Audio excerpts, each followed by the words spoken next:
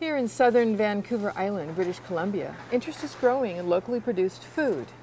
In Victoria, we're finding neighborhood shops like the local general store that emphasize local produce and local goods. We've been invited to a Locavores Potluck with people who produce their own food. I wonder what they'll bring to the feast.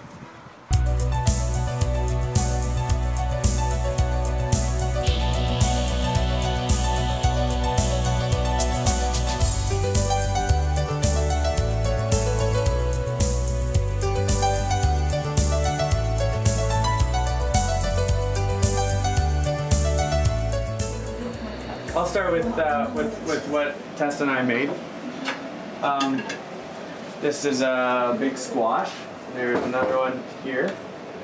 These are our squash, right, Tessa? Yeah. So you grew the squash? We grew the squash, and there's some butter on there from a cow that we own a 20th of.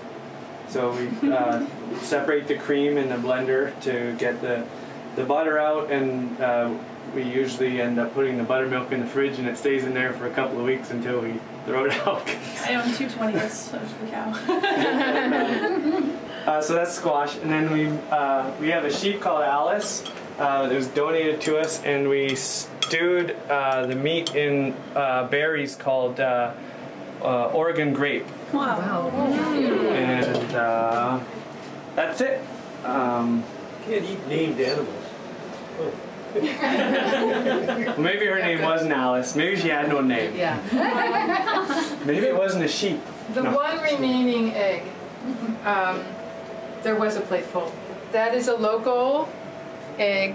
The butter probably is local, and it includes a little bit of beet kvass, which is lacto-fermented beet juice, which is out on the table out there, a little bit of apple cider vinegar, and salt. And I don't know whether people produce salt on your island, but I heard some people are starting to. Yeah, so it's mostly local. Who's next? I guess that would be me. I made 2 things today.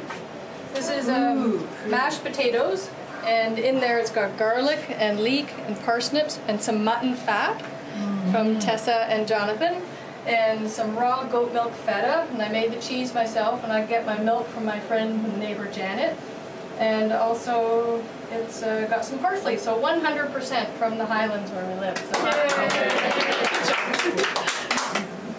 it's really yummy. I sampled it. And I got one other dish here, which is Jerusalem artichokes. And we grew a lot of those this year, and what I did is I baked them for about 6 hours, slow roasted, and that breaks down the inulin, so it makes it easier to digest a bit. And it's got some eggs in there from our own chickens, and some more raw goat milk, and a little bit of oil, which is not local, and some cinnamon and things like that. So it's almost like a pie. Smells fantastic. And so it's naturally sweetened with the inulin. And of course, homemade tools.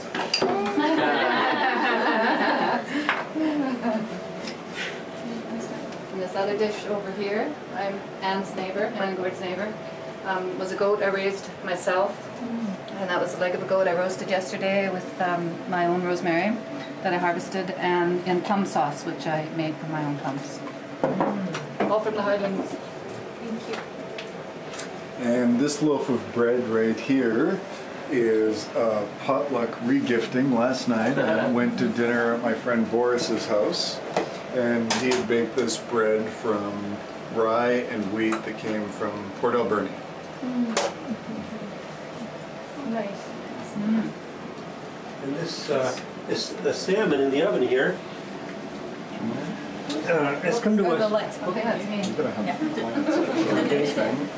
It comes to us by way of Port Renfrew, but this particular sockeye likes to hang around the Saanich Peninsula. This they got one that was real local. Ate herring here, I'm sure. Oh yeah, that's right. So that's local salmon. Hi. You're on camera. We're late. I see that. Awesome, okay. Awesome. Okay. And tell us what's in it. Okay, so it's squash. I tasted some. That's why there's a Oh, little. good. I needed to try it before. So the squash is from Ann and Gord's, and the eggs are from our house. So is the kale, rosemary, Welsh onions. The chestnuts we harvested from Fernwood, and there's blue cheese from the mainland. Not super low. That's pretty low. And sauerkraut that we made, beet kraut. And blackberry wine that Taylor just bottled. And my favorite are blackberries. There's only 2 chestnut trees I know of. It's right across from the... Oh, that's mine. Well, Ours actually. Yours. It's the vegetables in this dish were grown at Uminami Farm, where we live and work. The vegetables are Swiss chard, parsley. Oh, this one rather. This one. Swiss chard, parsley, garlic, and onion, which we produced. The lentils, which are the main part of the dish, are grown at Saanich Farm in Saanich, and there's a little bit of bacon in there from Tom Henry at Still Meadow Farm, which is also out in Metchosin. And I used a little bit of some non-local oil and some salt that's from who knows where. So yeah, but the main constituents are raised within the Greater Victoria area. So yeah, and there's also apple juice here from Glen Rosa Farm, which is also out in Metchosin. All the 3 of you are from Uminami area? That's right. Oh, I see. Yeah. Great. So this is mine. The pierogies are not local, but the chanterelle mushrooms on it are local. And they were picked in the Duncan Valley area. So, yeah. Okay. That's it. I've got a sauerkraut that I made from a Mitchell Farm purple cabbage, and it's made with salt, sea salt from Salt Spring Island. There you go. Very good. Shall we fly at it? Well, no. What's somebody tell us about this? Oh, the bean salad. Well, some of it is not from around here, but I know I just threw it together. I'm not sure what is local, what's not. Trina and I do our best to buy local, but ideally the reason why we're here is to be inspired by everyone, as we're planning to have our first garden here this year. So hopefully we can take inspiration from all of you and do that the best we can. Your sign says kidney beans, chickpeas, They're soaked. so you started- Yeah, they're yeah. soaked. They're not from cans, so that's important.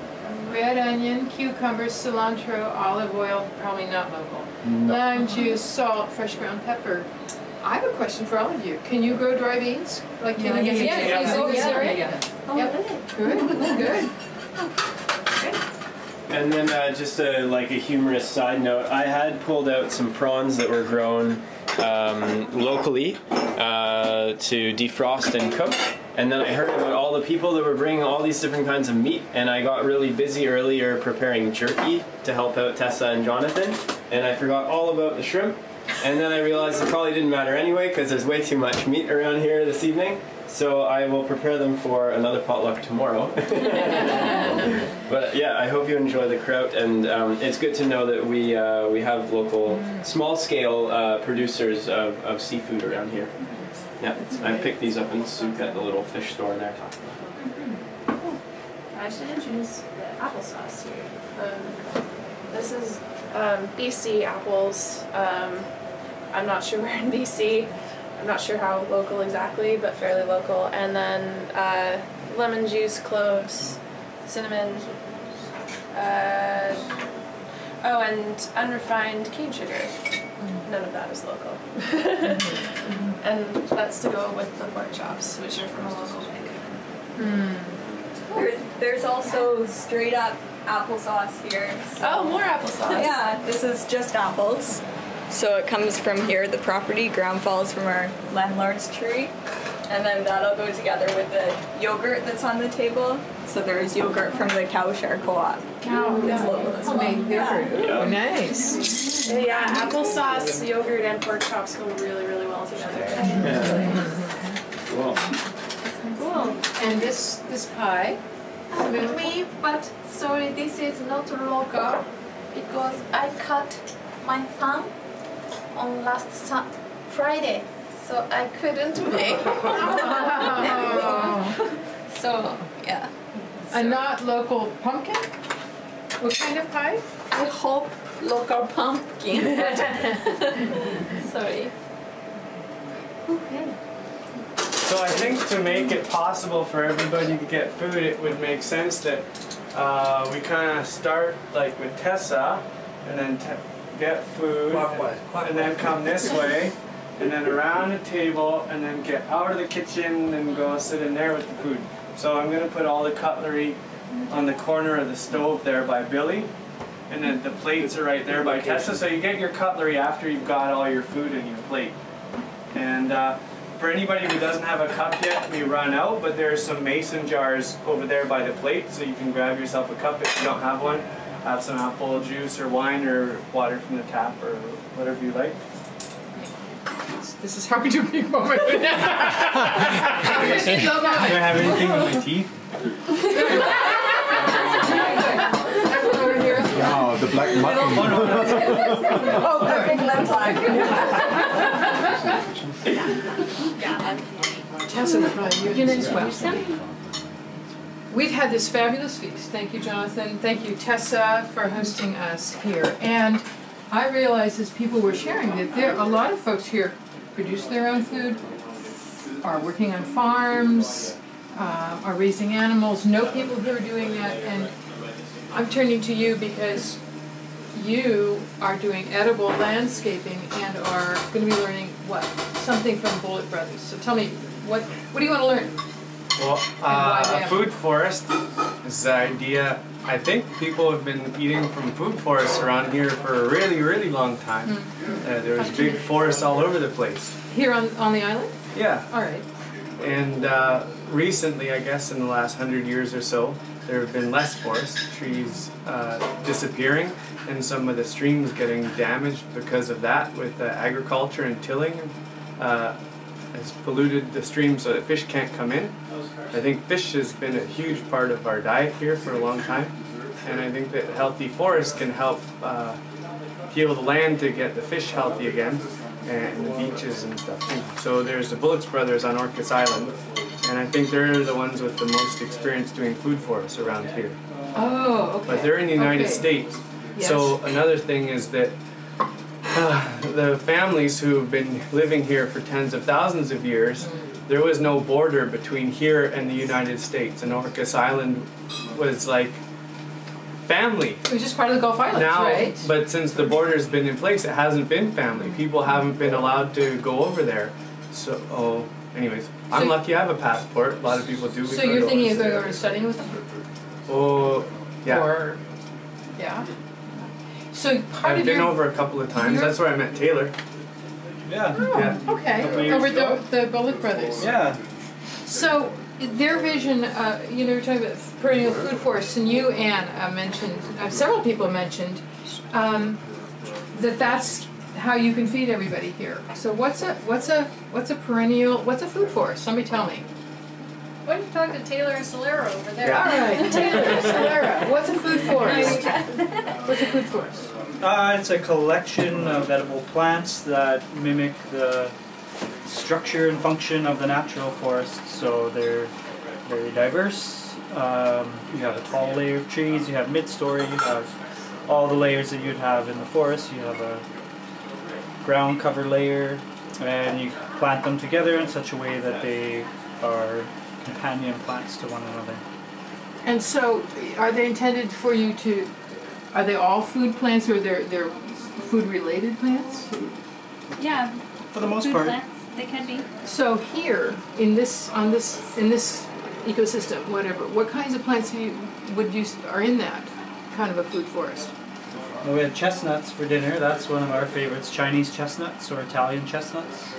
It's one of the tallest layers.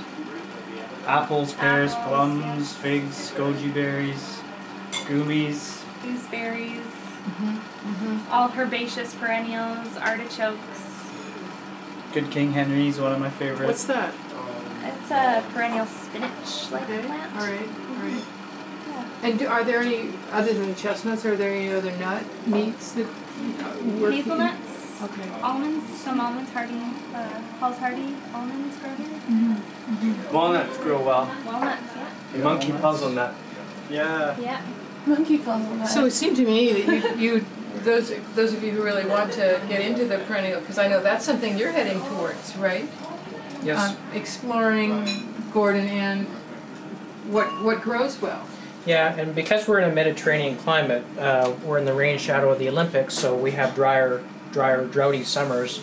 And more and more of them all the time. And more of them. So what we're doing is looking at Mediterranean food systems that grow together, and also looking at plants that haven't been common around here, that have been very successful in droughty regions around the world. So yellowhorn being one that's not a common plant around here. Yellowhorn it falls in the place of the nuts and the seeds, used for biofuels, got high protein, high oil content to it. And so looking at plants that will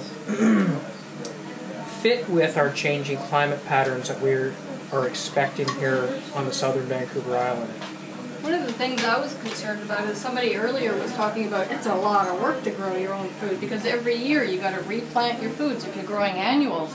And if the weather is just a little bit off that year, and every year is always a little bit more off than the one prior, then you're really vulnerable, starting your different crops. But if you can live off of perennial plants, you don't have to replant them every year. And they actually become a functioning forest ecosystem, and you can just go out into your garden and gather food any time of the year. More certain times of the year, but you got your tubers, like the ochas, and which you guys introduced us to, and there's all kinds of different foods that grow there that are less sensitive and more resilient food systems, because, like I said, you don't have to start them every year if it rains when it's not supposed to rain, and you don't have to worry about your soils being open to big rain events, which we're seeing around the world now. We're getting dramatic rain events and flooding, but if you have roots in the soil all the time, it holds the soil together. You don't lose all that soil biodiversity, and you're not digging it up, so you actually get a healthy ecosystem that produces your food on a more consistent basis, and actually a lot of nutritious foods too, right from the nuts to the fruits to the tubers, and the animals can eat a lot of these foods too, especially the chestnuts like you guys were talking about. A lot of animals forage off of those, so it's providing for the needs of a functioning ecosystem, whether it be pollinators or animal fodder or human food, and it's a lot, and it's a very beautiful environment because we all like forests, but we're just kind of using Mother Nature as our template so that we can have, this beautiful system of food without having to work so hard on the land. Mm-hmm. You've got a goat lady, next to you there, Janet, and my question to you all was, can you get enough in this region? I mean, goats are not native, are they? I mean, you've got domestic goats. Can you use a food forest to get enough feed for goats or cattle, or, chickens I'm guessing you probably could, but I don't know on other animals. Well, the food forest, stabilizes your landscape. So there could be times of the year when you're going to let livestock in, but it's mainly the amount of land for foraging for the animals. So what we have now is we have intensive, animal raising on smaller portions of land, which destroys the landscape. Because they're getting grains, imported grains, they're right? being fed. Mm-hmm. They're not foraging. They're being fed. So that's domestic. But I guess what I'm trying about is, could you raise animals foraging? You could, but that's why you would have a shepherd or a goat that would follow the goats for a walk. But in what we have now for our settlement patterns, we don't have that ability unless you, like I'm saying, you've got a lot of land to use to do that. People have done it. We've got a lot of land here in this part of the world that's been damaged by human beings. Whenever we go in and do any kind of excavations or mess with the land in any way, even along roadsides, we create a damaged landscape, and what happens is all the invasive plants grow up. Goats love those. So they're using goat herds to go in and do on steep slopes around highways and that, to eat those invasives, which they love.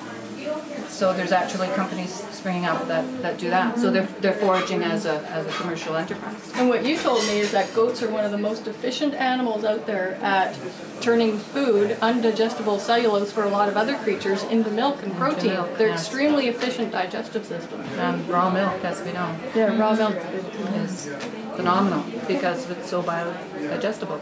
Yes, with all those nutrients in it. Don't pasteurize your milk. Oh yes, right. Go ahead. So one of the things that's quite interesting is that this past year, Taylor and Snare were doing a landscaping job, and they brought animals in to prepare their land for them. So they brought in horses, Clydesdales, to prep the landscape for them to install their food forest at this client's place.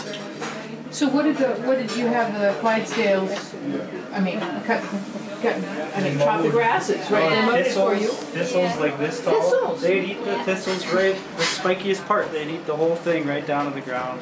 Oh. And then So it was helpful for us because it was a really dry time of year, and instead of coming in and trying to clear the land, we brought the horses in, left them there for a week. Under a week, and they did it. They did the work. 18 hours a day. Whoa! They left us half a yard or a yard of manure. I was going to say, so they fertilize it while they're at it. Yeah, exactly. Very smart. What are the things that concern you? I was just all of you in terms of what do you, or maybe what do you envision you'd like to see more happening relative to sustainable food for your area? What do you wish were different or start to make changes about? Well, there's a lot we could do differently. I feel like animals, which is not something we do a lot of, but that animal husbandry could have a huge, more people moving more animals around, more shepherds. That should be a profession in the future. That'll be a profession for sure, shepherds. Moving from field to field, is that what you picture? Or? Yeah, like Anne said, a lot of invasives, dealing with invasives rather than chemically. So you're dealing with the invasives, but at the same time you're getting meat. You know, you're feeding your. So you're cleaning up invasive land, but in the meantime, you're not displacing land that's far away, but that's growing grain to feed that same goat. So not something we do a lot of, but I think that's an area we have a lot of room for improvement. And just more edible species. So why put all of this money into a landscape when you're planting something that isn't giving you a return? Ornamentals take up so much water, so much time, so much energy, and when you could be spending that time growing your own food, and it's beautiful. And you can hire people like Jonathan to do it for you. Jonathan, that's part of what you're about, right? Creating edible landscapes? Yeah. Is that right? Everything edible. Everything edible. So what does that mean? So tell me how that works. Somebody comes to you and says, well, about 8 years ago I wanted to know what plants can we eat here. So I started reading books, and I didn't find any book that talked about only the plants that we can eat here. I found books that talked about all the plants that grow here, and then within that book there was some of the plants that we could eat. So I started making a list of all the plants that we can eat here, and it turned into a database. Wow. I used that database to do a design for a landscape. And when we do a landscape design, it's important to have it look beautiful. You need some plants here that'll survive the winter and have some leaves on them, because without it just looks like a bunch of brown mush in the winter time. Then we need some plants that are tall, some that are short, some that are wide, some that are small. And my goal was to use only plants that will produce some kind of food. and you find that the people that you're doing this for, who want some edible landscapes, are harvesting and using that, or do you I hope so. I think a lot of people, because they're not used to these plants, they don't see them in the grocery store, it's going to take them a while to get it.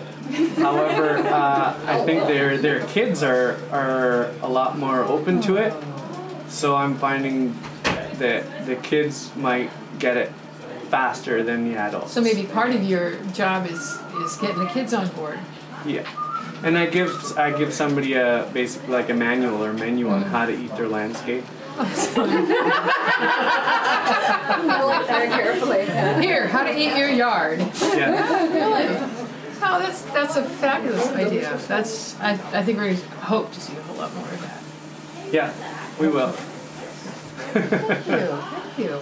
Anybody else have some other thoughts that we haven't covered just for a minute about eating well and foraging, whatever, in southern Vancouver Island ecology? What didn't I have? Well, I could point out that there's a lot you can do to support local food without growing food. Like I support local agriculture by doing mechanical work, and it's badly needed. We have a generation of farmers who, like me, grew up in suburbs and didn't learn the mechanical or structural side of farming. Farming is really a broad range of skills, and so there's a lot of specialist support work that could be really helpful. Soil testing is one, soil remineralization, abatement of toxins in urban soil. But there's loads of things. Loads of skills that growers need that are in short supply. So that's sure. Another direction people can go if they want to support this community. So if anybody has room in their belly, he brought an apple, blueberry, something or other. Very delicious. The pie is probably ready too. And the pumpkin pie on the oven. Yum. Dessert time. Thank you. This has been good. Thank you everybody for sharing. And yeah, we're not going to keep talking if there's dessert.